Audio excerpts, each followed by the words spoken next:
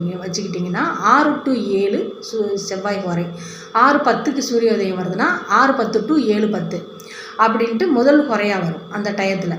அப்போ இந்த திருச்செந்தூர் முருகப்பெருமான் அந்த படத்துக்கு முன்னாடி அகல் தீபம் ஏற்றுங்க. அகல் தீபம் ஏற்றிட்டு நல்லெண்ணெய் விட்டு அகல் தீபம் ஏற்றி சிகப்பு கலர் மலர், அதாவது செம்பருத்தி அல்லது செவ்வரளி மலர், இந்த 2 மலரால் முருகனுக்கு வைங்க, அந்த விளக்குக்கும் வைங்க.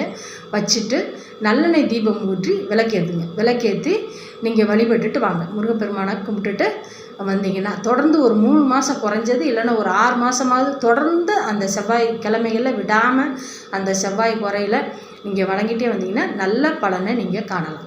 திருமண தடை விலகி நல்ல ஒரு வரனாக உங்களுக்கு அமையும். உங்கள் கடன் ஏதாவது இருந்தால் அந்த கடன் அடையும். அல்லது இடத்தின் பேரில் ஏதாவது ஒரு பிரச்சனை இருந்தாலும் அந்த பிரச்சனையெல்லாம் நீங்கி ஒரு தீர்வுக்கு வரும்.